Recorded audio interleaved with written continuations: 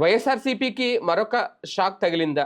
Posani Krishna Murali arrest ఒక రకంగా. ఆయన కొద్ది రోజులుగా రాజకీయాలకు దూరంగా ఉంటున్నారు. రాజకీయాలను వదిలేశానని చెప్పారు. అప్పట్లో పవన్ కళ్యాణ్ మీద ఆయన కొన్ని అనుచిత వ్యాఖ్యలు చేసిన నేపథ్యంలో జనసేనకు సంబంధించిన నేత ఫిర్యాదు చేశారు. దానికి సంబంధించి తాజాగా ఆయన్ని హైదరాబాద్లో ఉన్న పోసాని కృష్ణమురళిని రాత్రి 9 గంటల ప్రాంతంలో అరెస్ట్ చేసి తీసుకెళ్లిపోయారు. అయితే వాస్తవానికి ఇది అక్రమ అరెస్టు, రెడ్ బుక్ రాజ్యాంగం అని చెప్పి వైసీపీ చెప్పొచ్చు.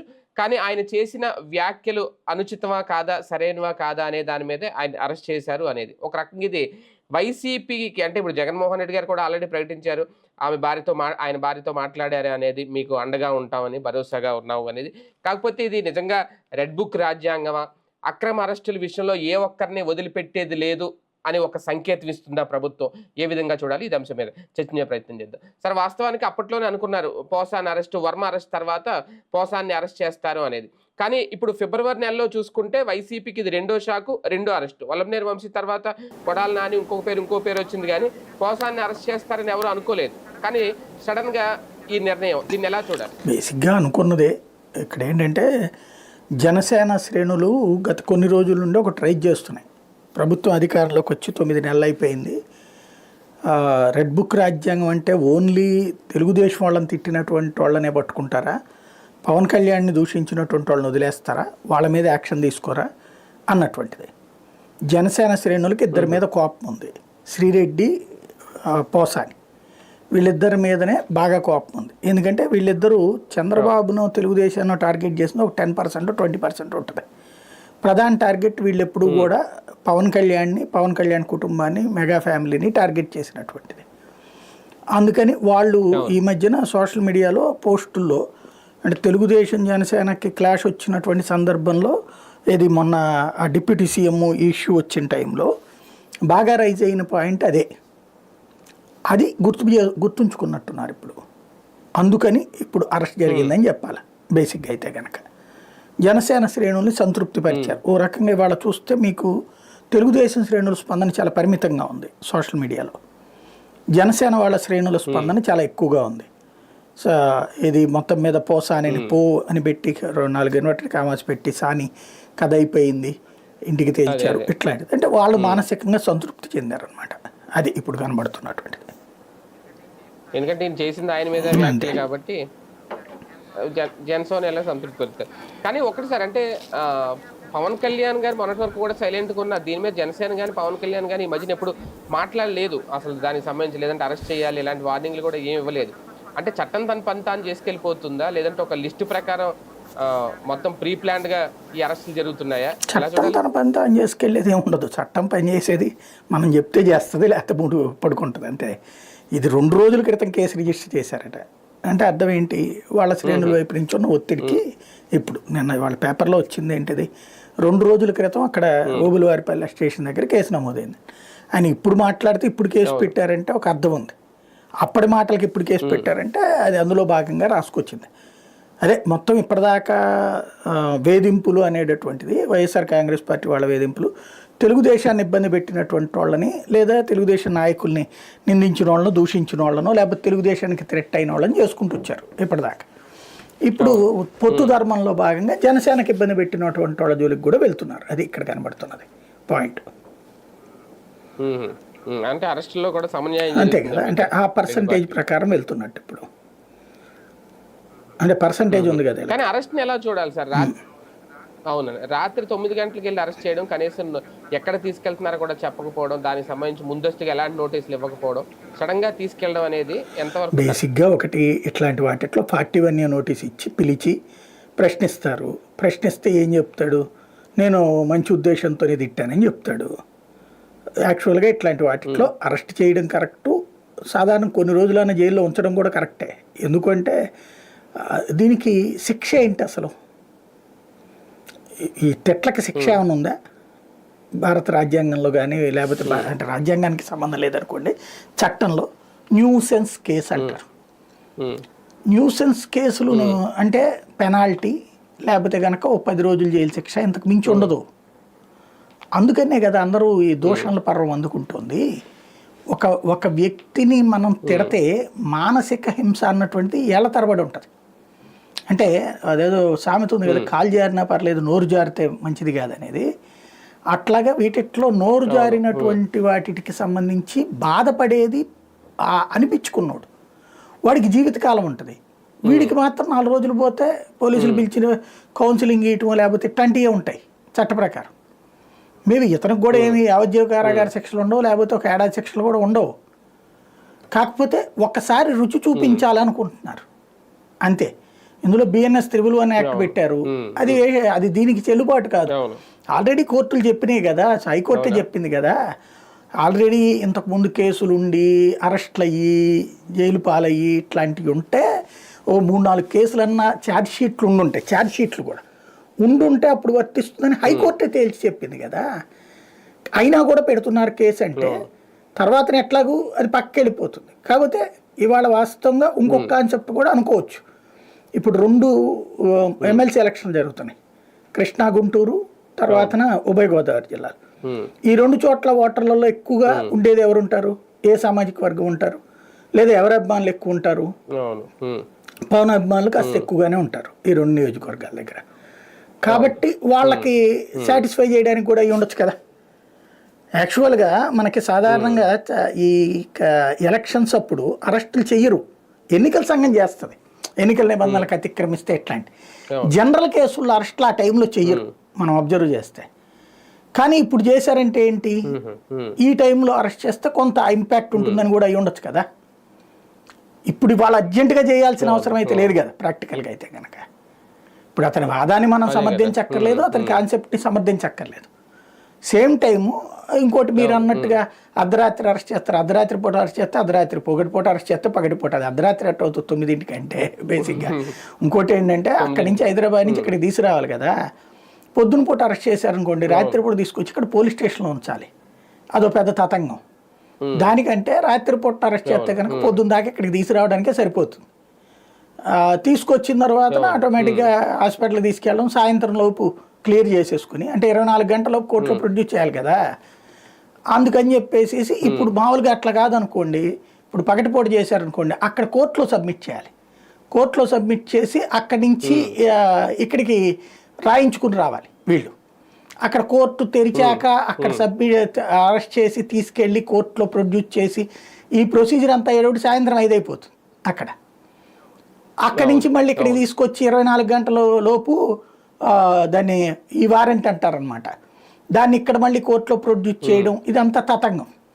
దానికంటే ఇది తెలంగాణనే కాబట్టి 24 గంటల జర్నీనే కదా. రాత్రి పూట్ల అరెస్ట్ చేస్తే మళ్ళీ ఇవాళ రాత్రి 9 లోపు ప్రొడ్యూస్ చేయాలి కోర్టులో.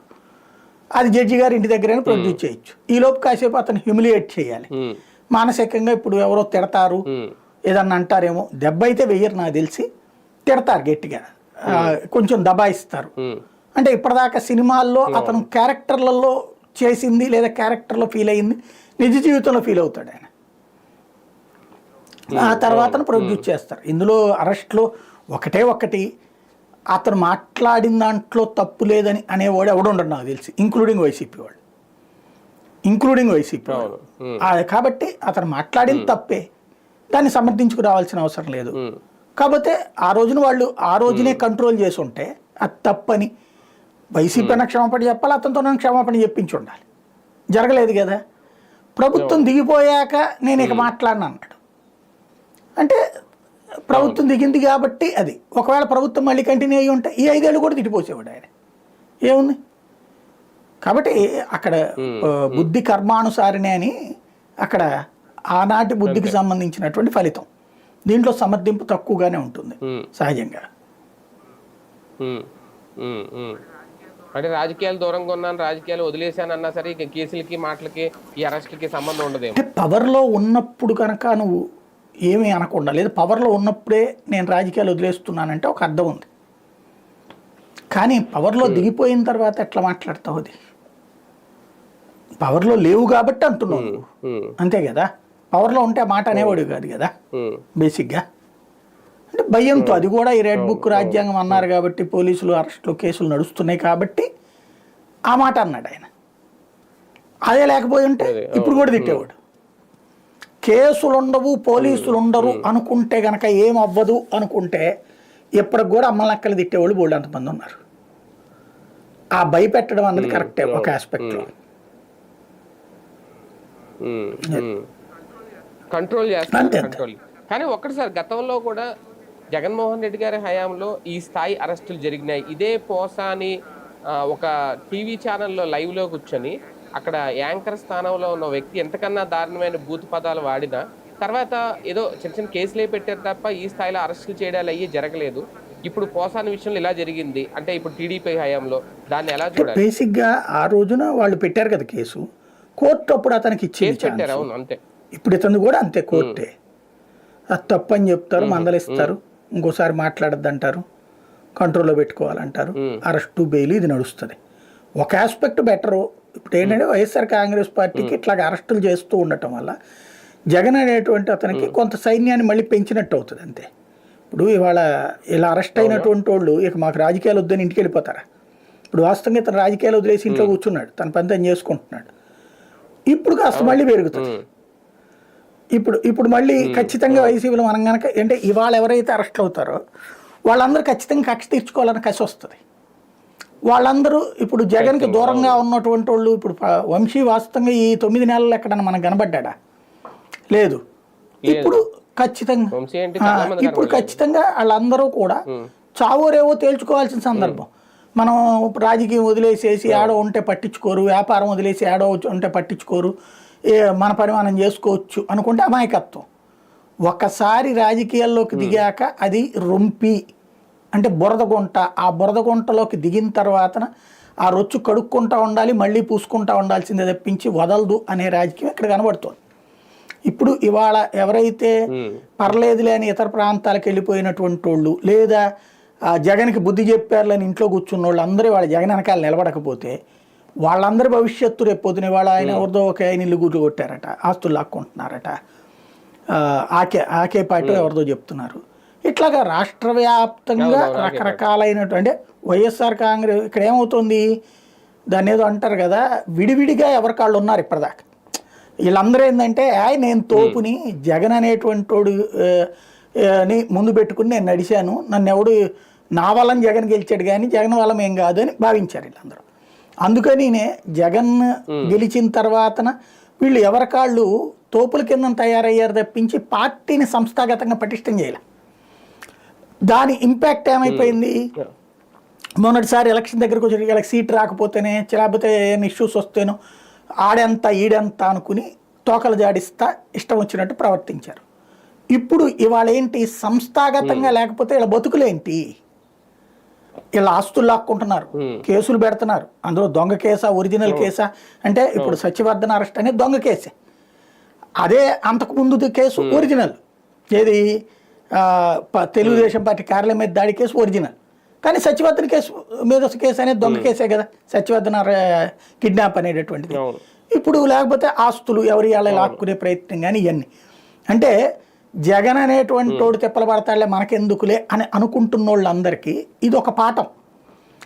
జగన్ని ఇవాళ కాపాడుకోవాల్సిన బాధ్యత వీళ్ళది. వీళ్ళందరూ సంఘటితంగా ఉంటేనే జగన్కి బలం, జగన్ అప్పుడు తెగిస్తాడు.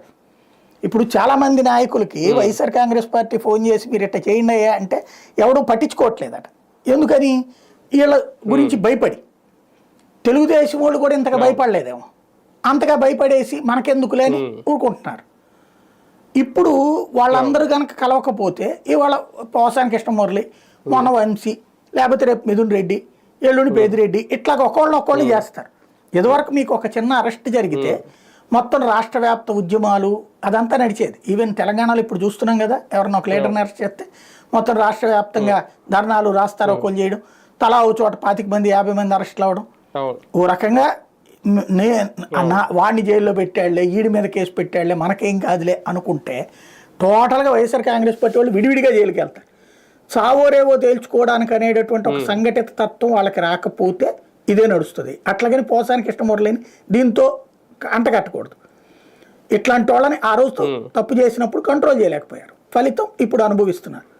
బట్ టోటల్గా అయితే ప్రతి నాయకుడు కూడా నేను రాజకీయం వదిలేసాను, నా వ్యాపారం నేను చేసుకున్నాను, నేను బెంగళూరులో ఉన్నా, నేను హైదరాబాద్లో ఉన్నా, నేను చెన్నైలో ఉన్నాను అనుకుంటే కుదరదు. ఎందుకంటే మళ్ళీ ఎలక్షన్స్ టైంకి మీరు మీ ఊరు వస్తారు, మీ నియోజకవర్గానికి వస్తారన్న నమ్మకం ఉంది కాబట్టి మిమ్మల్ని బతకనియ్యరు. మీరు బతకాలి అంటే పోరాడాలి అనేటటువంటిది వాళ్ళు తేల్చుకోవాలా, లేదంటే వాళ్ళ కర్మ అంతే సహజంగా. కానీ కానీ కానీ వైసీపీ నేతల్లో అంటే మీరు అన్నట్టు కొంత సింపతి వస్తే రావచ్చు వీళ్ళందరి విషయంలో, కానీ ఒక భయం ఒక వణుకు అనేది ఏమన్నా మొదలవుతుందా? ఎందుకంటే ఈ మధ్యకాలంలో కౌన్సిలర్లు కూడా ఎక్కడికెక్కడ రాజీనామాలు చేసేసి, ఇప్పుడు మొన్న కూడా ఒంగోలులో జనసేనలో చేరడం కానీ, లేదంటే తుల్లో జరిగిన ఘటనలు కానీ, ఇవన్నీ చూస్తే ఈ అరెస్టుల వల్ల భయం కనిపించట్లేదా? ఖచ్చితంగా భయపెట్టడమే కదా జరుగుతోంది. భయపడేటటువంటి పరిస్థితులు పార్టీకి డ్యామేజ్ ఏంటి? ప్రజాస్వామ్యానికే డ్యామేజ్ అది. ఇప్పుడు ఒక పార్టీ నుండి ఇంకో పార్టీకి సిగ్గు లేకుండా వెళ్ళడం అనాలా, సిగ్గు లేకుండా తీసుకోవడం అనాలా?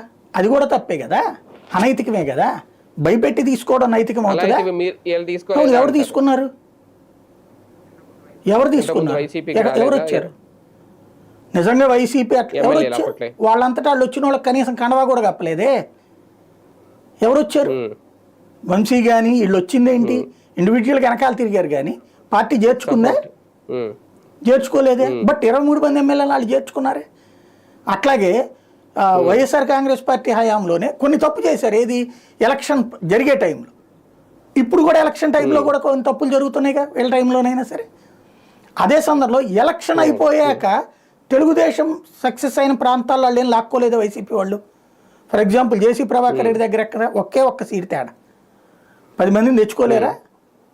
కానీ వదిలేశారుగా. కొండపల్లి అట్లాగే నెక్ టు నెక్ ఇద్దరికి సమానం, నలుగురిని తెచ్చుకోలేరా? అధికారంలో తెచ్చుకోలేరా? మరి వదిలేశారే. అట్లాగే ఇంకొకటి కూడా మొత్తం అప్పుడు 8 ఏమో గెలిచారు మున్సిపాలిటీలు, కానీ మున్సిపాలిటీల్లో కార్పొరేషన్స్లో వల్ల కాలేదు, జిల్లా పరిషత్తుల వల్ల కాలేదు. మున్సిపాలిటీలో మాత్రం ఫస్ట్ ట్రిప్ 3, రెండో ట్రిప్ 2, మొత్తం 5 గెలిచారు. ఫస్ట్ ట్రిప్ 2, రెండోసారి 3, 5 గెలిచారు. ఈ 5 తెచ్చుకోలేదా వీళ్ళు? ప్రకాశం జిల్లాలో కూడా వచ్చింది కదా అప్పుడు. ఎందుకని లాక్కోలేదు వైసీపీ? అంటే అక్కడ వాళ్ళు ఇది పాటించారుగా, ఆ విషయంలో నైతికత పాటించారుగా. ఎలక్షన్ ముందు తిప్పలపడ్డారు, ఎవరు తిప్పలాళ్ళు కొట్టుకున్నారా, తిట్టుకున్నారా అవన్నీ. కానీ ఎలక్షన్ అయిపోయాక మాత్రం గెలిచినోడిని లాక్కోవడం అనే కాన్సెప్ట్ చేయలే. ఆ విషయంలో నైతికత పాటించాడు జగన్మోహన్ రెడ్డి. ఈవెన్ ఎంపీలను ఎవరన్నా లాక్కొచ్చాడా? అదే అంతకుముందు అయితే తెలుగుదేశం పార్టీ వైసీపీ వాళ్ళని ఎంపీలు కూడా పట్టుకుపోయింది, 4 ఎంపీలని, 23 మంది ఎమ్మెల్యేలు పట్టుకుపోయింది కదా. ఇక ఇప్పుడు రాజ్యసభ అంటే సరే పద్ధతి, రాజీనామా చేయించి తీసుకున్నారు, తప్పులేదు, నేను దాన్ని ఒప్పుకుంటా. రాజీనామా చేయించి తీసుకోవడం అన్నట్టు. అంతకుముందు రాజీనామాలు చేయించలేదే. అట్లాగే ఇప్పుడు మున్సిపాలిటీలో అది దౌర్జన్యమే కదా, అది అనైతికం. దాన్ని ఎలా సమర్థిస్తారు? భయపెట్టి తీసుకుంటాం అంటే రేపు పొద్దున ఇక అంటే జగన్ ఈ ట్రిప్ నైతికత పాటించాడు. వద్దు మనం బెదరేయొద్దు ఈ విషయంలో. వెంటనే అంటారు ఎలక్షన్లో బెదరేయలేదని. ఎలక్షన్లో ఇద్దరు కొట్టుకు చేస్తున్నారు. ఎవరికి నైతికత ఉంది? ఏ పాయింట్లో నైతికత ఉంది? కాబట్టి ఎలక్షన్లకు ముందు జరిగిన గొడవలను కూడా సమర్థించద్దు. గొడవని తప్పని అందాం. అప్పుడు దొంగ ఓటర్లకు సంబంధించిన కార్డులు తీసుకుంటే రైట్ అన్నామా మనం?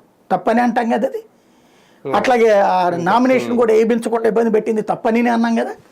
అట్లాగే అనేక మందిది పోటీ కూడా లేకుండా ఏకగ్రీవాలు దుర్మార్గం అని అన్నాంగా, సమర్థించలేదు కదా అది.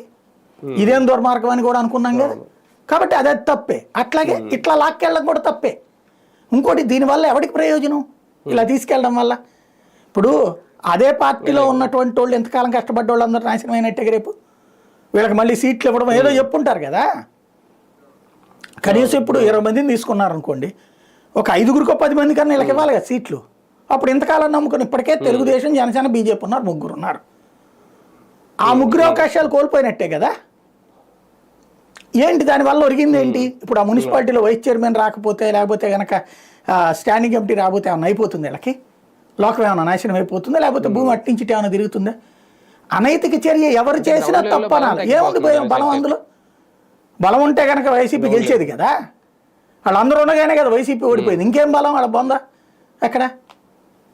అనవసరం అక్కడ టైం వేస్ట్ తప్పించేం లేదు. అక్కడ ఏంటంటే ఎవరికాడు లోకల్ ఈగోస్ సాటిస్ఫై చేసుకోవడానికి, ఇంకోటి దానికోసం లక్షలు తగలేసుకోవడం, మళ్ళీ వాళ్ళని క్యాంపులు, వీళ్ళ క్యాంపులు.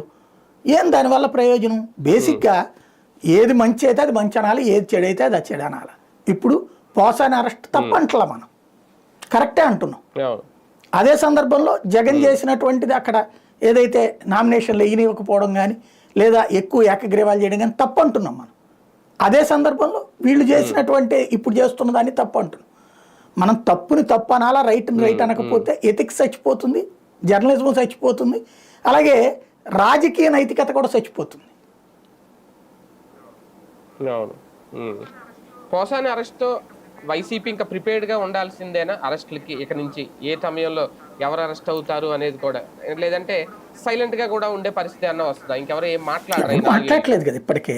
బేసిక్గా ఆల్రెడీ శ్రీరెడ్డి కూడా స్టేట్మెంట్ అట్టాగే ఇచ్చింది కదా కాన్సెప్ట్.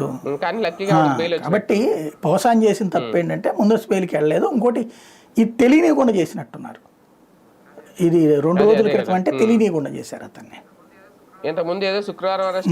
ఇప్పుడు కూడా ఏముంది, ఇవాళ గురువారం నాడు ఇవాళ సాయంత్రం దాకా అంటే కోర్టులో కాకుండా ఇంటి దగ్గర పెడతారు. ఇంటి దగ్గర పెట్టాక రేపు కోర్టు ఏమంటుంది, రేపు పట్టురమ్మంటుంది కోర్టుకి. అంటే ఇవాళ జ్యుడిషియల్ కస్టడీలో వీళ్ళ దగ్గర ఉంచుకుంటారు స్టేషన్లో. ఓ పూట హ్యూమిలియేషన్ ఉంటుంది.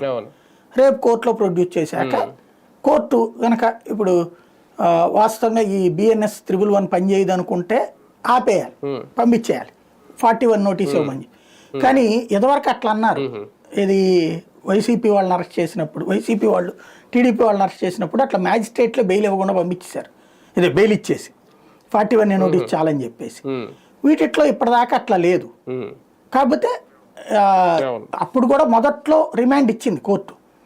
తర్వాత ఇట్లాంటి కంటిన్యూ అవుతున్నప్పుడు హైకోర్టు సీరియస్ అవ్వడం, కింద కోర్టులకి చెప్పడంతో అప్పటి నుంచి మారి ఏదైతే 7 ఏళ్లలోపు జైలు శిక్ష పడే కేసు కాదు కాబట్టి అన్నట్టుంది. ఇప్పుడు నేను శ్రీరెడ్డికి కూడా అట్లాగే కదా బెయిల్ ఇచ్చింది. ఇతనికి కూడా ఇది 7 ఏళ్లలోపు జైలు శిక్ష పడేది కాదు కాబట్టి 111 పెట్టారు. అందుకని 111 పెట్టినటువంటి సందర్భంలో అది అసలు వర్తించదని ఆల్రెడీ కోర్టు వాది చెప్పింది ఇంతకుముందే, అయినా పెట్టారు. కాబట్టి ఇక్కడ ఆ కాన్సెప్ట్ మీదన బెయిల్ ఇచ్చేయమని అడగాలి, 41 నోటీస్ చాలని చెప్పి. ముందు సమస్య ఏంటంటే వీళ్ళకి సరైన లాయర్ లేరు.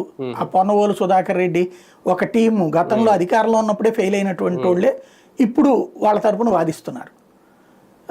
అది పెద్ద సమస్య కూర్చుంది వాళ్ళకి. కాకపోతే వంశీ కేసుతో పోలిస్తే త్వరగా బెయిల్ వచ్చే అవకాశం ఉంటుందా సార్? అదే చూడాలి. అంటే మామూలుగా అయితే కనుక ఇది అలాంటి కేసు అంత స్ట్రాంగ్ కాదు బేసిక్గా. కాబట్టి తొందరగానే రావచ్చు. కాబట్టి కొన్ని రోజులన్నా జైల్లో ఉంచాలన్నదే కదా ఇక్కడ ప్రయత్నం. అదే కొన్ని రోజులు జైల్లో ఉంచాలి. రైట్. చూద్దాం. మొత్తానికి వైసీపీకి మరొక షాక్ వరుసగా ఫిబ్రవరి నెలలో 2వ షాక్ ఇది. ఎవరిని ఎప్పుడు అరెస్ట్ చేస్తారు ఏంటనేది కూడా ఊహిస్తున్న టైంలోనే అరెస్ట్ చేసేస్తున్నారు. పోసాని ఇంత త్వరగా అరెస్ట్ అవుతారని అయితే అనుకోలేదు. కానీ ఈ అరెస్ట్ వెనక ఏం జరిగింది ఏంటి, నిజంగా జనసేనలో ఒక జోష్ వచ్చిందా, అలాగే రాజకీయంగా వైసీపీకి సింపతి పెరుగుద్దా, లేదంటే మరింత డ్యామేజ్ చేసే ప్రయత్నంలో భాగంగా అరెస్టులు జరుగుతున్నాయి.